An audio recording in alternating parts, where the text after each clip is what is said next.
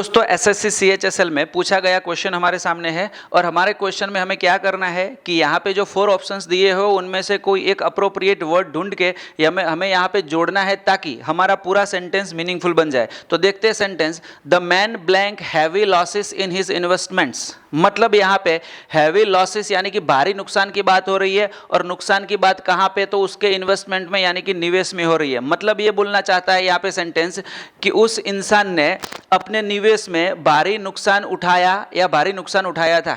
तो यहाँ पे नुकसान उठाने के लिए जो 4 ऑप्शन है उनमें से कौन सा ऑप्शन रहेगा देखते हैं। तो दोस्तों याद रखिए, जब भी बात होती है नुकसान उठाना या नुकसान झेलना तो उसके लिए एक पूरा कलेक्शन होता है, इनकर द लॉस। सिंपल, इनकर द लॉस। तो यहाँ पे अगर इनकर शब्द है तो ले सकते हैं रेज्ड, रीप्ड, अर्न और इनकर्ड। तो इनकर्ड हमारा ऑप्शन डी यहाँ पे ऐड हो जाएगा। और the man incurred heavy losses in his investments, मतलब इंसान ने, उस व्यक्ति ने अपने निवेश में भारी नुकसान, इनकर्ड पास्ट का फॉर्म है, भारी नुकसान उठाया था। अब देखो आंसर तो पता चल गया है कि इनकर्ड द लॉस मतलब नुकसान उठाना, नुकसान झेलना।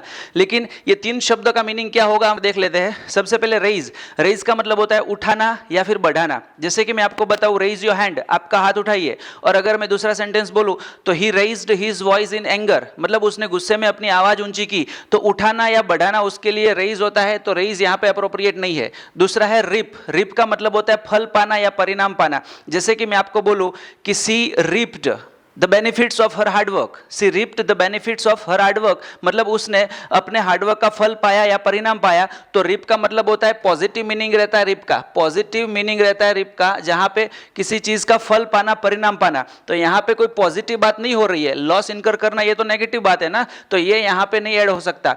अर्न का मतलब कमाना, हम सबको पता है।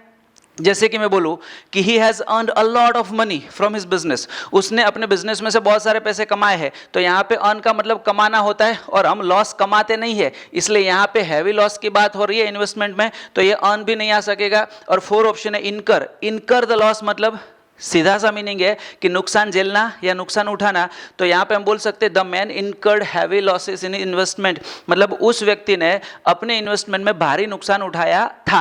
और उसके साथ हम इनकर्ड को दूसरे 2 शब्दों में भी बोल सकते हैं। इनकर्ड मतलब क्या, नुकसान झेलने के लिए भी इनकर रहेगा, इनकर द लॉस। और उसके बाद अगर आपको बोलना है किसी का खर्चा उठाना, तो खर्चा उठाने के लिए, जिम्मेवारी उठाने के लिए भी हम इनकर शब्द को ले सकते हैं। कहने का मतलब ये है कि ये तीनों ऑप्शन हमने देख लिए, एक भी ऑप्शन यहाँ पे अप्रोप्रिएट नहीं लग रहा है, इसलिए यही अप्रोप्रिएट वर्ड है और हम ऐसे आराम से अपना जो क्वेश्चन है उसे सॉल्व कर सकते हैं दोस्तों।